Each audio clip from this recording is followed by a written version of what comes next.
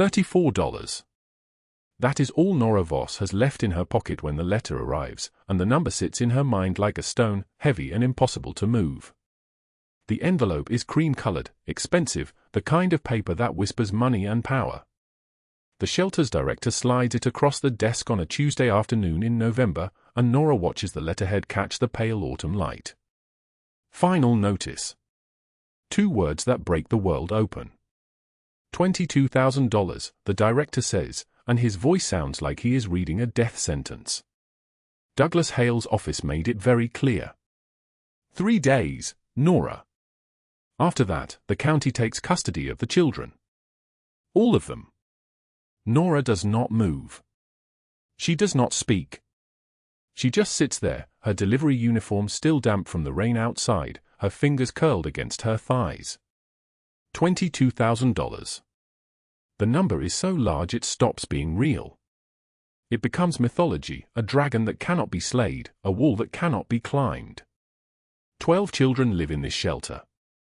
Emma is 7. Marcus is 5. The twins just turned 3. Nora has spent 18 months protecting them, sleeping in her car parked 3 blocks away, working 18-hour shifts for tips that do not add up to enough, and now this man with his sad eyes and expensive suit is telling her that it does not matter. What happens to them, she whispers. Foster families. If we are lucky. If the system is not too overwhelmed, they scatter across the county. Some might stay together. Most won't. The rain outside sounds like gravel hitting glass. Nora stands, and the director stands with her, and neither of them speaks because what is there to say? The letter folds into her jacket pocket. $34. 3 days. 12 children who call her mama because she is the only constant they have ever had. The wind cuts through Los Angeles like a blade wrapped in ice, and a weather warning scrolls across every phone in the city. A November storm is coming. Not the gentle rain that waters the lawns of the wealthy neighborhoods in the hills, but something darker, something that will turn the freeway overpasses into rivers and trap people in places they should never have been trapped. Nora checks her phone as she sits in her car at 3:08 in the morning, the delivery job completed, the tips counted and recounted. $43.72 for 16 hours of work. She adds it to the 34 she already had. $77.72 total. Against 22,000. The weather alert flashes red. Category 3 storm. Roads closing. Evacuation orders for mountain elevations. She has no choice. The delivery requests ping on her phone, 3 runs into the mountains before the roads seal, before the snow makes it impossible. $400 if she completes all 3. $400 is 18% of what she needs. It is not enough. It will never be enough. But it is something, and something is the only thing she has. The first 2 deliveries are easy. A house on Mulholland Drive where a woman in a silk robe answers the door and does not make eye contact. A restaurant supply warehouse where the manager tosses her a $5 bill and looks at her the way you look at a broken machine. The final delivery is different. The address is remote, high in the mountains where the storm is already arriving in waves of white, where the wind sounds like something alive and hungry. The lodge sits alone on the ridge, surrounded by pine trees that bend like praying hands. The windows glow yellow against the darkness. When Nora knocks, no one answers. She knocks again. The wind screams, and the temperature is dropping so fast she can feel her lungs burning when she breathes. Emma is in the car below, parked as close as the mountain road allows, wrapped in every blanket Nora owns because Nora does not own a coat. Emma is 7 years old and she has asked only one question in the 3 hours they have been in the car: will Mama get cold? The door to the lodge is unlocked. Nora pushes it open, calls out, waits. Nothing. The interior is all dark wood and stone fireplace, expensive furniture arranged like no one has ever sat on it. A kitchen with granite counters. A hallway leading somewhere deeper into shadow. That is when she hears the breathing. It is not the wind. It is something heavier, something human. The sound comes from the living room, and when Nora walks toward it, her eyes adjust to darkness broken only by moonlight through the windows, and she sees him. The man is sprawled on the floor beside the stone fireplace, blood spreading across the pale carpet in a pool the color of rust. His left side is soaked through with it. He wears an expensive suit, Italian wool, charcoal gray, now ruined. A white shirt beneath, now red. His right hand is pressed against his ribs, but the pressure is weak, the hand shaking. His eyes open as she kneels beside him. They are the darkest eyes she has ever seen, and they are the eyes of someone used to giving orders, used to being obeyed, used to power that moves like a weapon. But right now those eyes hold something else. Right now they hold a question. Who are you? And why are you not running? Nora does not have time to be afraid. Fear is a luxury. She moves on instinct, and instinct says this man is dying and she has the power to stop it. She tears a strip from her spare shirt, the only one she owns besides the one she is wearing, and presses it against the wound. Blood soaks through immediately. She tears another strip and another, building layers of fabric against the bleeding. Stay still, she says. Her voice sounds strange, steady, like it belongs to someone else. You are going to be all right. The man tries to speak. His voice is deep, textured like gravel, like something that has weathered storms. Gun, he breathes. In the kitchen. Drawer. Left side of the stove. I am not leaving you. Not for me. His eyes close, then open again, fighting to stay conscious. The storm. If someone comes. You protect the child in your car. I heard her crying. You protect her. Nora's hands freeze for just a moment. She did hear Emma crying at 3:15, tears of cold and fear, before Nora turned up the car's heat as high as it would go and told Emma to close her eyes and think about summer. But how did this man hear that from inside the lodge? She does not ask. Instead, she finds the gun in the kitchen drawer exactly where he said it would be, heavy and cold and terrifying in her hands. She brings it back to the living room and sets it on the side table within reach of his right hand. Then she goes to the fireplace and builds a fire with the wood stacked beside it, her hands shaking now, adrenaline and cold combining into something that makes her movements clumsy and desperate. The fire catches. Orange light floods the room.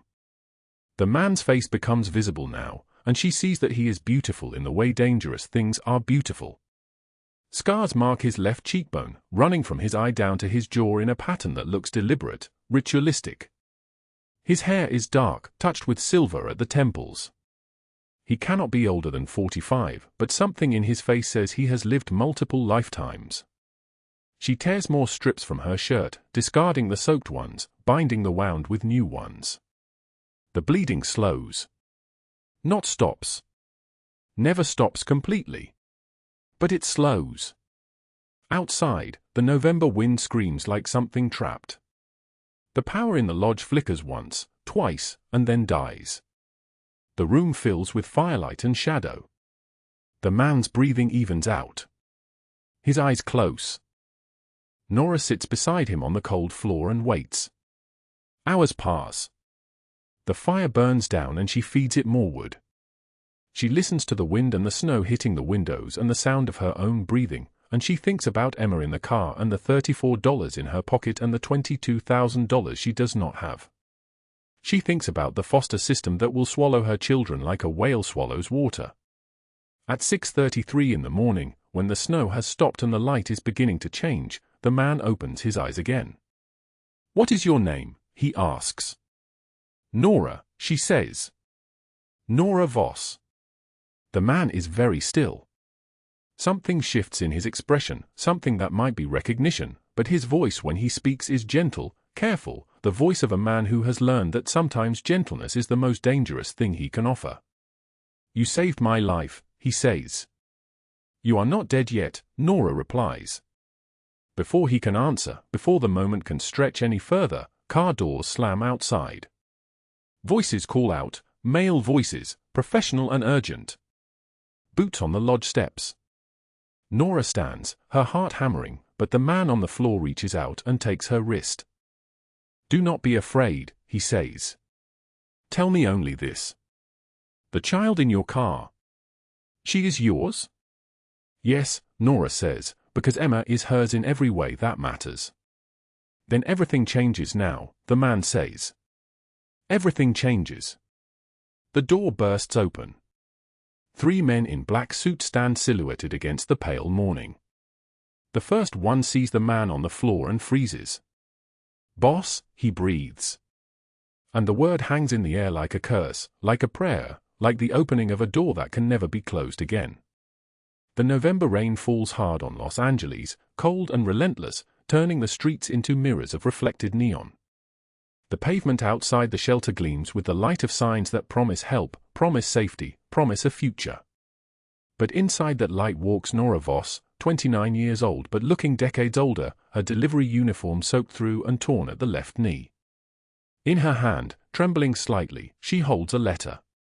The paper is stamped in red letters that seem to scream a final notice. Foreclosure. Closure in 3 days. $22,000. That is what the shelter owes. That is what separates 12 children from the foster system, from being scattered across the state like broken toys that no one wants. She stops outside the converted warehouse where she sleeps when there is room, where Emma sleeps, where 7 other children sleep in donated beds that smell like industrial soap. The rain drums against her shoulders. She looks at the letter again. 72 hours. 3 days. The mathematics of it impossible. She counts the money in her pocket, 3 ones, a 5, and a 26 in crumpled bills. $34 total. Not even enough for a week of gas. Not even close to the beginning of what would be needed. She thinks about the deliveries she has made today. 8 deliveries at $8.50 each. Roughly $68 in her pocket before expenses. She needs $22,000. She would need to work 2,588 more deliveries in 72 hours. That is more than 1 delivery every 90 seconds without stopping, without sleeping, without eating anything but the cold dregs of other people's leftovers and the occasional apple that falls to the car floor. Impossible. Everything about this is impossible. The shelter door opens. A woman emerges, pulling her coat tight against the rain. This is Patricia, the shelter director, her face carved from years of fighting a system that has already decided how little help these children deserve. Patricia sees Nora and her expression crumples. I have done everything I can, Patricia says, and the words come out like an apology, like a confession. The city is pulling our funding. Douglas Hale came by this morning with the paperwork. 3 days, Nora. After 3 days, every child in that building will be assigned to the foster system. Nora nods. She has known this was coming for weeks. The notices had arrived like a countdown she could not stop. But knowing and hearing it spoken aloud are different things. Hearing it makes it real in a way that paper cannot quite capture. What will happen to them? Nora asks, though she already knows the answer. They will be processed, Patricia says, and the word process sounds like machinery, like the grinding of gears that care nothing for the individual teeth caught inside them. Placement centers. Emergency homes. If they are lucky, they will stay together. Most of them will not be lucky. Nora turns away. She cannot hear this right now. She cannot hold the weight of this and also keep walking. She heads back into the shelter, past the thin hallway where children's art covers the walls, drawings of houses with windows like eyes, drawings of families with people holding hands that do not look broken. In the main room, Emma sits at a plastic table, coloring. 7 years old, dark hair, dark eyes that have seen too much for someone so small. She does not look up when Nora enters. Emma has learned that the world surprises you with pain more than with joy, so she practices caution even with the people she loves. Nora sits across from her, watching as Emma colors a sky blue. The blue is the color of a sky that does not exist in Los Angeles, where the sky is usually gray or brown or that particular shade of yellow that means the air itself is poison. Will we have to go away? Emma asks without looking up. The question is direct, the way children ask the questions that adults cannot bear to answer honestly. Nora reaches across the table and touches the back of Emma's small hand. "No," she says. "We will not go away. I promise you." But even as the words leave her mouth, she knows they are the kind of promise that can be broken by circumstance, by systems larger than her, by the simple fact that she is only one person and the world was not designed for people like her to win. Emma finally looks up, and in her dark eyes is something that looks like faith, and Nora would rather cut off her own hand than disappoint that faith. The afternoon stretches into evening.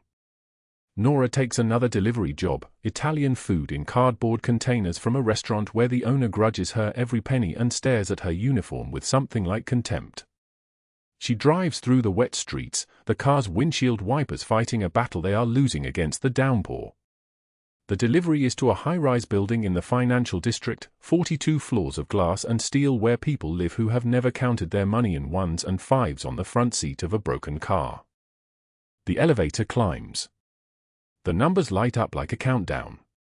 When the doors open on the 38th floor, she walks into a hallway so quiet and clean that her wet footsteps sound like an intrusion, like something vulgar and out of place. The apartment at the end belongs to a woman named Rachel Dawson. Nora knows this because the building directory listed her name with a $sign in front, a notation that meant resident of importance, resident of means. Rachel opens the door wearing a coat that costs more than everything Nora owns. The coat is cream-colored cashmere, the fabric soft in a way that suggests wealth beyond the simple accumulation of money. It is a coat that has never been rained on without apology. Rachel looks at Nora's wet uniform, at the torn knee, at the water dripping from her hair onto the marble floor of the entryway, and something cruel flickers across her face like a flame. "This is the food?" Rachel asks, as if Nora has personally disappointed her by existing. "Yes, Nora says. The order was." "I do not care what the order was," Rachel says, and her voice is like a blade, like something designed specifically to cut. "It took you 23 minutes to arrive. That means the pasta is overcooked.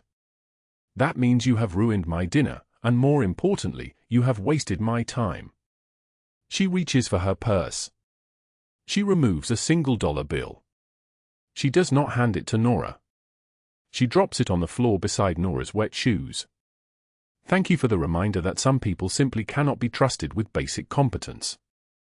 The door closes. Nora stands there for 3 seconds, looking at the dollar bill on the marble floor. She thinks about bending down to pick it up. She thinks about the mathematics of this job, about how every single dollar moves her closer to or further away from the 22,000 she does not have. She picks it up, and the act of bending down, of retrieving money that was thrown at her feet, feels like swallowing something bitter. She does not know that the woman who just humiliated her is named Rachel Dawson, and that Rachel makes her money from a network that preys on desperate women, that Rachel's partner is a man named Douglas Hale, and that both of them have been hunting for Emma for 4 years. By the time Nora returns to the shelter, it is nearly 9 o'clock. Emma is already asleep in the small cot they share on nights when the dormitory is at capacity. Nora climbs in beside her, careful not to wake her, and holds the small warm body of this child who is not hers by blood but who is hers in every way that actually matters. The shelter is quiet except for the sound of rain against the roof and the soft breathing of sleeping children in the darkness. At 7:15 the next morning, Nora's phone rings. It is Marcus, the dispatcher for the delivery service. He has a special job, he says. Medical supplies to a private lodge in the mountains, about 2 hours north. The pay is triple what she normally makes. $90 instead of $30. The catch is that she has to leave immediately, has to beat the weather because a November storm is moving in and the mountain passes will close by late afternoon. Nora thinks about the mathematics. $90 is $90 closer to 22,000. It is also a car trip away from Douglas Hale and the paperwork he will be carrying. "I will take it," she says. "But I need to bring my daughter." There is a pause. Marcus does not ask questions. He has learned that the people who work for him carry lives too complicated for questions. "Fine," he says. "Just go. Now." Nora wakes Emma gently. She does not explain the shelter closure or the money or the storm coming. She simply says they are going on a drive, that they need to get into the car while it is still dark. Emma, who has learned not to ask too many questions, gathers her backpack and follows. By 8:11 in the morning, they are driving north out of Los Angeles. The rain is heavy but not yet the thing that will become dangerous. Emma sits in the passenger seat, watching the world change from city to suburbs to open land. Around them, the sky darkens. The first few snowflakes touch the windshield like a warning. "Where are we going?" Emma asks. "To a place in the mountains," Nora says. "We will be back before nightfall." But even as she says this, she feels the air changing, feels the temperature dropping, feels the weight of the storm moving closer like something alive. She turns on the radio and hears the warning, a blizzard, unexpected, moving faster than the weather service predicted, expected to reach the mountains by late afternoon. Road closures. Dangerous driving conditions. But Nora is already committed now, already driving toward the mountains where the storm waits, already moving toward the moment that will change everything, and she has no way of knowing that in the lodge ahead, a man is bleeding on the floor, and that when she finds him, when she chooses to save him, the entire machinery of the city will begin to move in response. The snow begins to fall in earnest as they climb. The wipers work harder. Emma grows quiet, watching the world disappear into white. The snow falls in sheets so thick that the road disappears. The 1998 sedan, pale blue, ball tires, held together with prayer and duct tape, slides sideways on black ice. Nora grips the steering wheel, but there is nothing to grip anymore. The car lurches left, then crashes into a snowbank with a sound like a hammer striking bone. Emma screams from the back seat. The engine dies. The windshield wipers stop mid-stroke, leaving a single clear triangle pointing at white nothing. Silence. Then wind. The blizzard presses against the windows like something alive and furious, clawing at the glass, shaking the frame. Nora's breath comes fast. She counts, 1 Mississippi, 2 Mississippi, 3. A habit from childhood when the world felt too big. Outside, the temperature is dropping. She can feel it through the metal doors, creeping through the seals like cold breath. Emma's voice comes small and trembling. "Vivi, I'm cold." Nora turns. Emma sits in a thin pink jacket that Nora found at a Goodwill for $2. It is not meant for mountains. It is not meant for this. Nora's own coat sold 3 months ago, $50 for a full tank of gas, a trade she would make again. Now she wears only her delivery uniform, polyester thin enough to see her skin through, and a sweater with a hole in the shoulder that she has tried to sew shut 3 times. She reaches back and pulls Emma against her chest. "We will wait it out. It will pass." But even as she says this, she knows. The radio had warned them, a blizzard, unexpected, moving faster than predicted. Road closures by 5 p.m. She checks her phone. 3:06 in the afternoon. No signal. The battery indicator glows red. The wind howls again, so loud it sounds like screaming. They sit in the car for 17 minutes. Then Nora understands, the temperature will drop. The car will become a tomb with windows. She needs to move. She grabs the backpack, everything they own in the world, and pulls Emma close. "We are going to run, okay? There is a building. Do you see it?" Through the blizzard, half hidden in dark pines, a lodge emerges like a ghost made solid. Stone walls. A metal roof. Windows dark and empty. They run. Snow fills Nora's shoes immediately, then her socks, then the skin of her feet goes numb. Emma stumbles. Nora lifts her, carries her, pushing through drifts that rise to her waist. The wind tears at them. Snow blinds. Her uniform offers nothing. Nothing. She can feel her body already beginning to shut down, conserving heat, preparing to die. The lodge door is locked. Nora finds a rock, smashes the glass panel beside the door frame, reaches through. Her palm cuts open. She does not feel it. She unlocks the door and they tumble inside. The wind continues outside. Inside, it is only cold. Dead air. A massive fireplace dominates the main room. Expensive furniture in shapes that suggest money. A kitchen through an archway. She does not care about any of it until she sees the blood. It spreads across the dark hardwood floor like spilled wine, and in the center of it, a man lies collapsed. His suit is charcoal gray, wool that costs more than Nora earns in 4 months. His white shirt is soaked crimson. 2 wounds in his abdomen, dark and terrible. His face is pale. His lips are already blue. Emma screams. The sound tears through the lodge, bounces off the high ceiling. Nora's first instinct is pure survival, run. This is not her problem. This man is bleeding to death and it is not her responsibility. She has Emma. She has $34. She has nothing to give to a dying stranger except death by association. But the wind outside shrieks like something hunting, and the temperature is already dropping inside the lodge, and she knows that in 2 hours, maybe 3, they will freeze to death in this building with a corpse. If she leaves, they die. If she stays with him, they might live. She makes the choice in 1.2 seconds. Stay here, she tells Emma, though Emma is too terrified to move. Nora runs to the kitchen. She finds dish towels, pulls them from drawers. She returns to the man and tears off her sweater, tears it into strips. His eyes are closed. She presses the cloth against the first wound and his entire body goes rigid. A sound comes from his throat, something between a moan and a prayer. "I'm sorry," she whispers. "I'm sorry, I'm sorry." She finds whiskey in a cabinet, expensive, amber, warm. She pours it over the wounds. The man's eyes snap open. They are dark, dangerous, searching. They find her face and hold it like he is trying to memorize something. He screams, but it is a controlled scream, teeth clenched, eyes burning. Why? He rasps through pain. His voice sounds like it has been broken before and badly healed. "Why are you helping me?" Nora does not answer because the answer is too simple and too complicated all at once. Because you are dying. Because I am here. Because there is no one else.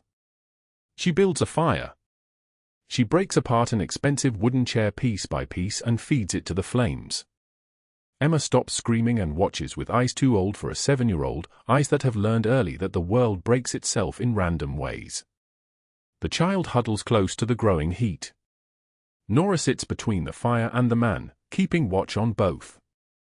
The man drifts in and out. Around 11:19 at night, he wakes and watches her. She is asleep, her back against the wall, Emma curled in her lap like a small animal seeking warmth. He sees her torn uniform. The calloused hands. The bruises on her wrists that could be from accident or intention. He understands bruises and does not ask. He sees something else too, something that men like him are trained to recognize, desperation mixed with defiance, the kind of person who breaks rather than bends. "Your name," he says, the words deliberate, each one costing him. His fever is high. His eyes are bright with infection and pain. Nora wakes instantly, alert. She has trained herself to wake at any sound. Nora Voss. "Why are you here?" he asks. Driving into a blizzard with a child and no proper clothing. That is not random. That is desperation. She could lie. She wants to lie. But something about this man, something about the way he lies dying without complaint, the way his eyes are asking a genuine question rather than demanding an answer, makes her tell the truth. "I needed to disappear for 3 days. The shelter where I work is closing. The debt is $22,000. She says it again because saying it twice makes it somehow more real. $22,000. I had $34 in my wallet. I had 3 days to find the rest or all the children scatter into foster care. Emma has nightmares. She will not survive that alone." The man listens without moving. "Who is Emma?" "A girl who came to us 2 years ago. No parents listed. No records. Just a child who needed someone. He is quiet for a long time. Long enough that Nora thinks the fever has taken him back into delirium. Then, you would lose your home for her. I lost my home a long time ago, Nora says. Now I just try not to lose the people I love. The man closes his eyes. His jaw works. When he speaks again, his voice is fractured. My brother betrayed me. Sold me to families who wanted me dead. This lodge was supposed to be my grave. They shot me twice. Left me bleeding on this floor. I did not expect to wake up. Nora does not ask who he is. Some instinct tells her that knowing would change things, would make this moment less simple. By morning, the blizzard has softened to heavy snow. The man's fever breaks. He sits up, groaning, pressing his hand against the bandaged wounds. The whiskey and pressure and whatever survival instinct lives in his body have kept him alive through the night. My name is Luca, he says. The word lands like a name people fear. Hello, Luca. She does not ask for a last name.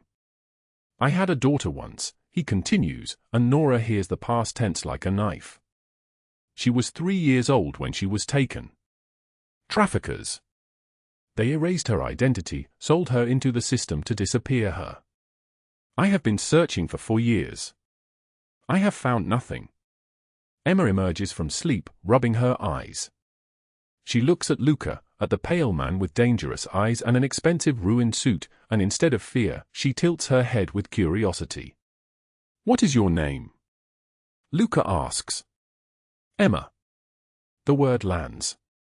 Nora does not see it, but she feels it, a sudden shift in the air, like pressure changing before a storm. Luca's entire body goes very still.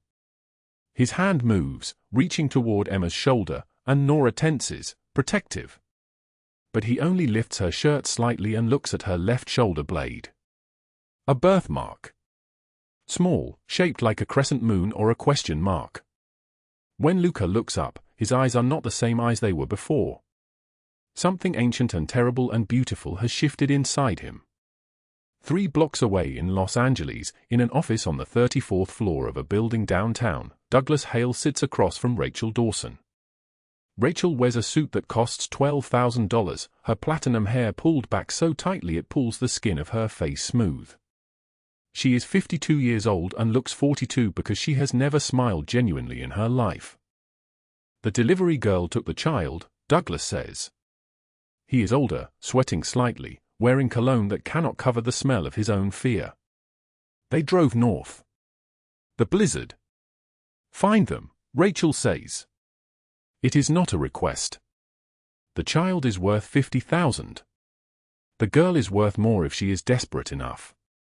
They have resources we need. Douglas makes the calls. Within 90 minutes, men in dark SUVs are moving north out of Los Angeles toward the mountains. They will not arrive in time to stop what is coming. Back at the lodge, Luca holds a satellite phone from a hidden compartment. His hands shake as he dials. He speaks 2 words, come now. By 6:15 in the afternoon, black SUVs arrive through the snow. Men emerge in suits that cost more than Nora earns in a year. One is Carlo, tall, built like a consequence. Another is Pietro, with scars running the length of his left cheekbone. They see Nora standing in the lodge doorway and understand immediately what has happened. Their boss has been found. He is alive. And the woman who saved him is about to enter a world she did not know existed. Luca stands, pain evident in every movement. He places his hand on Emma's head, and the gesture contains everything, for years of searching, all the money and violence and desperation, all of it condensed into a single touch. This is my daughter, he says to Nora. His voice is not a question anymore. It is a statement of fact so absolute that the world must reshape itself around it. And you protected her. For 2 years, you protected her while living in your car, while working shifts for nothing, while every person in power told you that she was nobody and that you were less than that. He looks at Carlo and Pietro. Douglas Hale is in Los Angeles. Rachel Dawson operates out of a penthouse in downtown. They have a network of victims and a system for erasing children. By dawn, I want them both to understand that the age of their operation has ended. Nora's world tilts. She looks at Luca and sees not a dying stranger she found on a lodge floor, but something far more complicated and far more dangerous than she could have possibly known. Outside, the snow continues to fall, but it is not falling on chaos anymore. It is falling on precision. On consequence. On the beginning of reckoning. The rain falls on Los Angeles like a curse that cannot be lifted. November rain, cold and relentless, hammering against the windows of Luca's compound, a fortress of steel and silence that Nora does not understand. She stands alone in a room larger than the shelter where she has lived for 2 years, and in her trembling hands is a letter. The final notice. $22,000 due today. Today. The shelter closes in hours if the money does not appear. The children scatter. Emma scatters. Everything she has fought to build collapses into the system that devours children like Emma. Nora's breath fogs the glass. Her reflection stares back at her, distorted and broken, a ghost of someone who thought $34 and a fierce heart could be enough. The rain pours harder. Each drop sounds like a clock counting down the hours she does not have. She thinks of the delivery routes she will never finish, the gas station bathrooms, the night sleeping in her car with Emma curled against her chest. She thinks of Emma's face when she learns the shelter is gone. Gone. And Emma with it. Her hands shake against the window. She considers something she has not considered in 2 years, walking out into that rain and disappearing. Leaving a note. Leaving Emma with Luca, who has resources and power and everything she does not. At least Emma would be safe. At least one child would have a real home instead of a woman with $34 pretending she could save anyone. Then small footsteps run across the marble floor. Emma crashes into the room, 5 years old and moving like a hurricane, and grabs Nora's hand. Her fingers are small and wet from playing.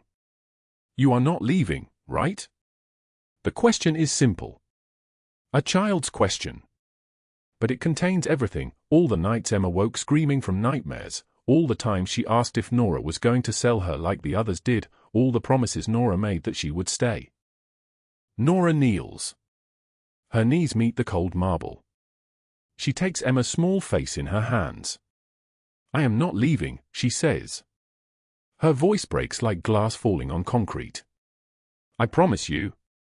I am not leaving. Emma wraps her arms around Nora's neck. The embrace is small, but it is everything. It is a reason. It is the reason Nora does not walk into the rain. 3 blocks away, in a glass office tower downtown, Rachel Dawson receives the phone call that makes her blood stop moving. Her assistant's voice is thin with panic. He is alive. Luca Valenti. The woman Hale sent men to find, she was with him. The blizzard, the lodge in the mountains, he was shot and she saved him, and now he knows about Emma. He knows about all of it. Rachel stands. Sits. Stands again. Her designer coffee grows cold on her desk. 30 years she has operated this network without consequence. 30 years of children processed like inventory, of documents forged, of officials paid, of women like Nora erased before they could testify. 30 years of untouchability. Call Douglas, Rachel says. Tell him we need to move now. Before Luca, she stops. She does not finish the sentence because finishing it would mean speaking something true. Before Luca acts. In his office across the city, Douglas Hale laughs when he receives Rachel's call. A deep, ugly laugh that echoes off mahogany and leather and the kind of expensive things that corrupt men buy to prove they matter. We have law enforcement in our pocket, he says. His voice is smooth like oil on water. We have documentation. Witnesses have disappeared. We have nothing to fear from a mafia boss in a world where law and order still exist. You do not understand who he is, Rachel says. And her voice trembles in a way that tells Douglas everything she understands. She knows. And she is terrified. Douglas dismisses her terror. He sends his men anyway. 6 of them. Armed. Instructions to retrieve the girl and the woman who has been hiding her. Retrieve them by force if necessary. Retrieve them before Luca moves. But Luca is already moving. At 4:44 in the morning, when the city is still dark and the rain has not stopped, 12 men in black tactical gear move like ghosts through the streets of Los Angeles. They move in silence. They move with precision. Carlo and Pietro lead them, and both men know what this operation means. This is not business. This is a father. This is someone Luca Valenti loves more than his empire. The first location is Douglas Hale's office tower. Luca has owned the building for 6 months through a shell company Hale never knew existed. The security guards are already paid. The elevators are already controlled. When Douglas arrives for his early morning before the world wakes, he finds 12 men waiting in his office. He tries to run. His legs carry him toward the window before he realizes what he is doing. 4th floor, no escape, nowhere to go. Carlo moves like a blade through water and catches him by the jacket. Douglas screams. His voice breaks into something animal and desperate. He screams for security, for lawyers, for mercy. He screams like a man who has never faced consequence before. Pietro restrains him while Carlo plays a video on Douglas's own computer. It is footage from the shelter, children in crowded rooms, children being photographed, children being loaded into vehicles. All of it documented, all of it time-stamped, all of it evidence of everything Douglas thought was secret. "You sold children," Carlo says. His voice is not angry. It is colder than anger. It is the voice of someone describing a simple fact. You made profit from their disappearance. Now you belong to men who specialize in making people disappear. Now you will understand what your victims felt. Douglas tries to fight. His body thrashes like a wounded animal caught in a snare. He is dragged from the office, down the elevator, into the underground garage where a black van waits. The doors open like a mouth. The darkness inside is absolute. Douglas is thrown inside with men whose names he does not know, men who work for a rival family Luca has made an arrangement with. Men who specialize in taking predators and teaching them what predation feels like. The doors close. The van pulls into the rain. Douglas Hale screams until his voice gives out. By morning, no one will have seen him. No one will know where he is. A facility exists in the industrial district where traffickers become the trafficked, where the hunters become the hunted, where time moves differently and mercy is not something anyone knows. Meanwhile, Rachel Dawson receives the second phone call. Federal agents pour into her penthouse at dawn, moving like they own the place because they do. 30 federal agents with search warrants and evidence bags and the kind of authority that cannot be negotiated with. Rachel stands in her designer pajamas, silk, cream-colored, worth more than Nora's entire apartment, and watches her world burn in real time. The evidence arrives in her inbox simultaneously, financial records showing payments to officials, victim testimonies from 47 women, audio recordings of conversations about inventory and pricing and which children were suitable for which buyers. All of it delivered to the FBI by an anonymous source. All of it immaculately documented. Rachel is handcuffed on her balcony while photographers wait below. The rain falls on her expensive hair and her expensive face and her expensive life, and none of it protects her anymore. She is photographed in the perp walk, face down, hands behind her back, her public dignity erased in 60 seconds. By 8 a.m., her face is on every news channel. By noon, financial institutions have frozen her accounts. By evening, her attorneys are advising her to accept a plea deal. An FBI agent sits across from her in the interrogation room and reads the charges with no emotion whatsoever. 47 counts of human trafficking, conspiracy to commit human trafficking, money laundering, bribery of federal officials, conspiracy to obstruct justice, and criminal enterprise operation. You are facing a minimum of 40 years in federal prison. Rachel's face crumbles. Not from fear of prison, but from the realization that the world has seen her. Truly seen her. There is no hiding anymore. There is no empire to protect her. There is only a woman who profited from children's destruction, and now that truth is public, eternal, impossible to erase. Luca watches the news coverage from his car. Pietro sits in the driver's seat. Carlo stands outside the vehicle, rain dripping from his shoulders. On the screens visible through the penthouse windows, Rachel Dawson's arrest plays on repeat. Her tears. Her screaming about lawyers and rights and injustice. Some people deserve to watch their world burn slowly, Luca says. His voice is like thunder rolling across a quiet ocean. It is a mercy, really. Death would be too quick for her. By evening, the FBI has seized Rachel's building, her accounts, her documents.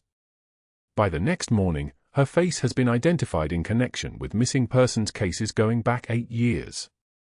By the end of the week, every news outlet in the country has run the story. A billionaire woman operating a trafficking network. Children disappeared. Women sold.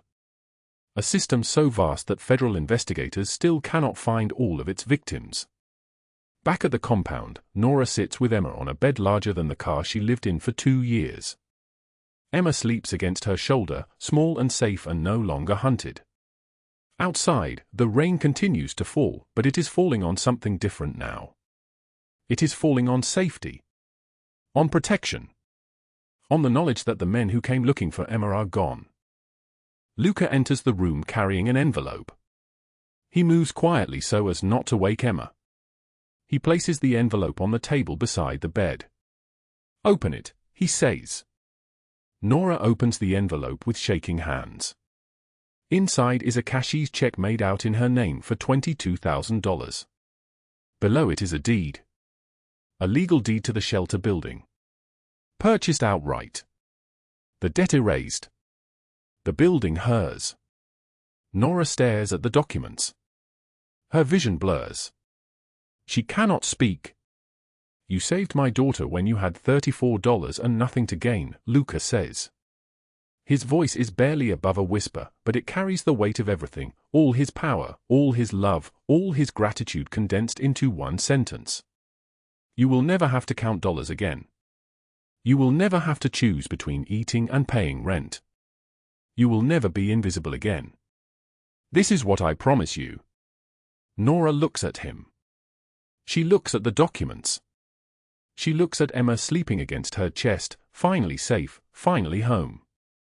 Outside, the November rain falls on Los Angeles, but it is no longer falling on chaos. It is falling on precision. On consequence. On the understanding that sometimes one hand reached out at the right moment can change an entire life. The rain fell soft against the windows of the compound, no longer a blizzard, no longer a threat. 2 weeks had passed since the night the mountain lodge held 2 strangers and 1 small child between walls that remembered nothing of mercy. Nora stood in the shelter building, the shelter that was hers now, not borrowed and borrowed and borrowed until the word meant nothing, watching Emma play with the other children on a floor that no longer belonged to a debt that would never be forgiven. Emma was laughing. A sound so pure it seemed impossible that 2 weeks ago she was sleeping against Nora in the dark, listening to the wind try to tear through fabric that was never meant to hold against November. Now she held a doll with yellow hair, and 3 other children circled her, fighting gently for turns. The deed sat in Nora's pocket. The cashier's check for $22,000 sat framed on the wall of her office, not framed as decoration, but framed as proof that this was real, that she had not imagined the entire thing. The door opened. Luca entered carrying boxes wrapped in paper the color of fresh snow. He wore a black suit tailored so precisely it looked like armor, but his eyes went first to Emma, not to Nora. That is how she knew something had shifted in him. His men had noticed it too. Carlo stood in the doorway, Pietro behind him, and both of them exchanged a look that said what their mouths would never speak aloud. In 15 years of working for Luca Valenti, they had never seen him look at anyone the way he looked at this small child with her yellow doll and her laughter that sounded like bells. "Papa," Emma said, and the word stopped every conversation in the room. She ran to him. Luca actually knelt, his $1,000 suit against the floor, and caught her as she crashed into his chest. He held her like she was made of crystal.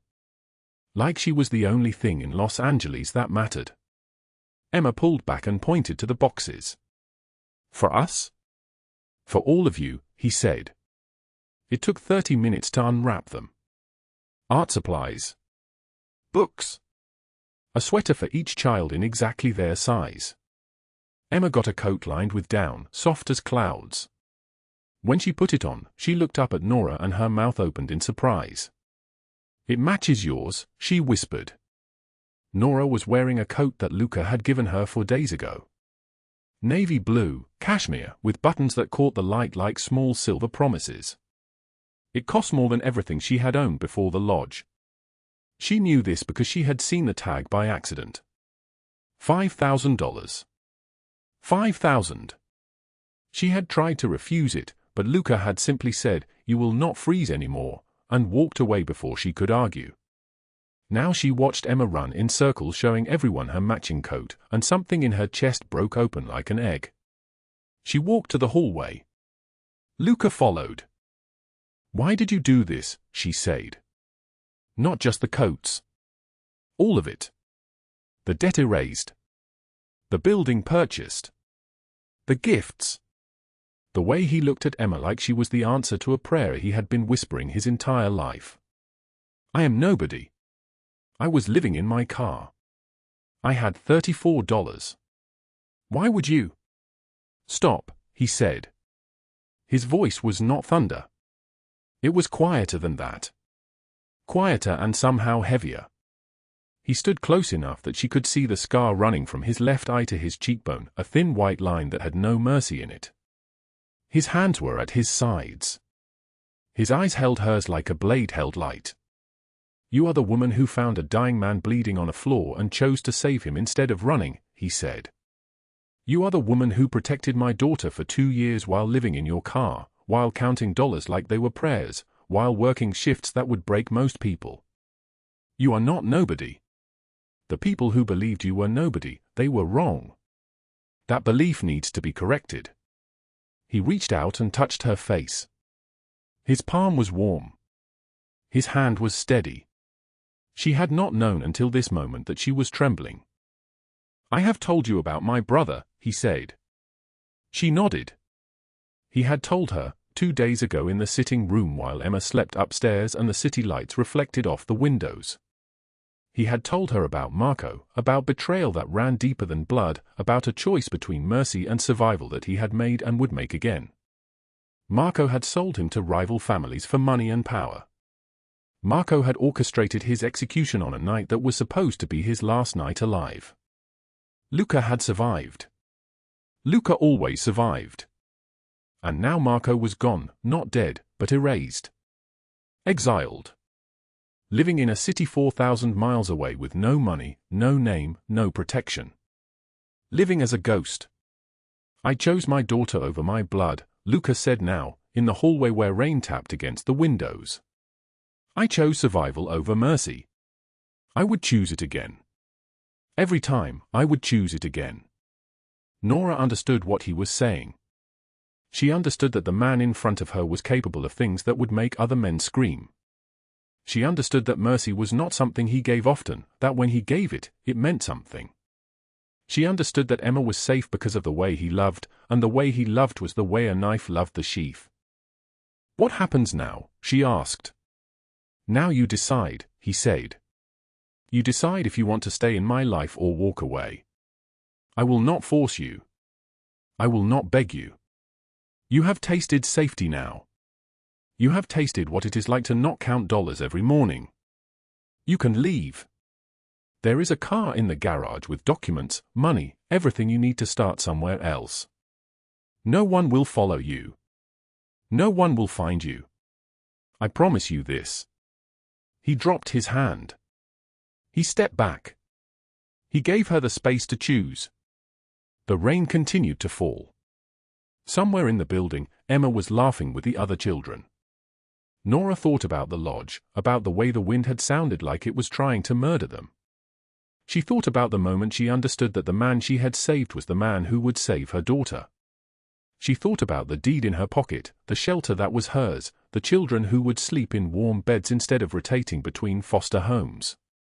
I want to stay, she said. Something shifted in his face. You are certain? I am certain. 3 days later, Luca took her to the lodge. The snow had fallen and fallen again, covering the path in white that looked innocent and forgiving. Inside, the room where she had found him bleeding was exactly the same. The floorboards held no memory. The walls remembered nothing. But she remembered. She could see it perfectly, his body, his blood, the choice she had made in a single moment without knowing who he was. This is where you gave me a reason to live, he said. They stood in the window where moonlight came through like milk. Emma had stayed behind with Carlo and Pietro, who had become something like uncles. Luca's hand found hers. This is where you gave me a home, she said. He pulled her close. Not violently. Not like a taking. Like a man learning what it meant to hold something without destroying it.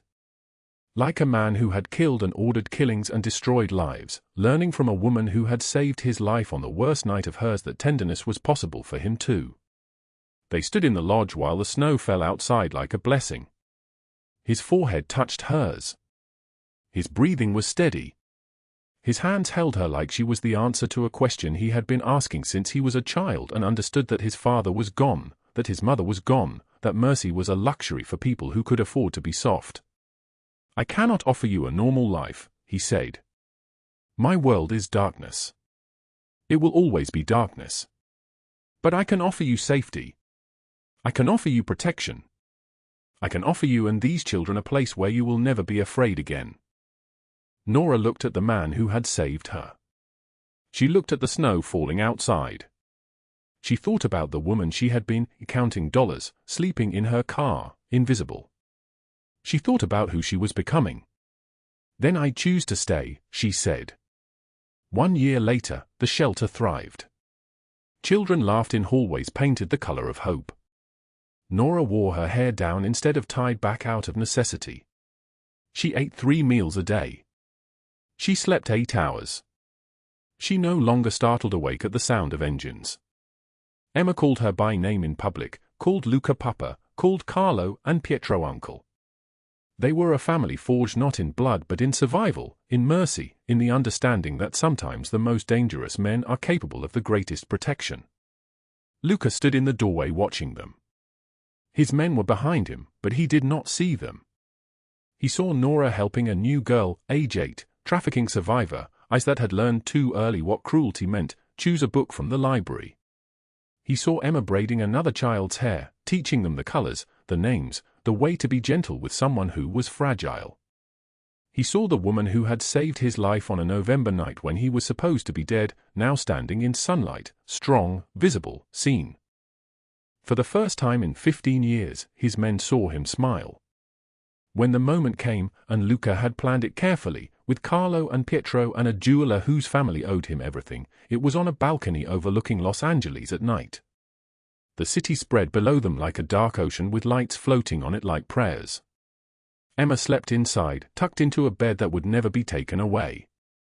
Nora stood at the railing in a dress the color of midnight, and Luca knelt on one knee. He did not speak. He opened a box containing a diamond that caught the city lights and threw them back like stars. He waited. Yes, she said before he could ask. Yes. Yes. Yes. He stood and placed the ring on her finger. His hands were steady. His men watched from the doorway, Carlo with tears running down his face, Pietro with his fist over his heart. And in that moment, Nora understood that she had not just married a man. She had joined a family. She had chosen to stay in the darkness because she had learned that darkness, when shared with the right person, becomes something else. It becomes protection. It becomes home. Nora Voss had $34 in her pocket when she made the choice to save a dying stranger on a mountain during a blizzard, not knowing he was the most dangerous Mafia boss in Los Angeles, not knowing the child she protected was his stolen daughter. One act of mercy brought both vengeance and salvation into her life. Douglas Hale disappeared into darkness, dragged away screaming, never seen again. Rachel Dawson lost everything, her empire, her freedom, exposed and destroyed for the 47 lives she had trafficked. And Luca Valenti found his daughter and the woman who saved them both. Sometimes one hand reached out at the right moment can change an entire life. If this story moved you, hit like and subscribe.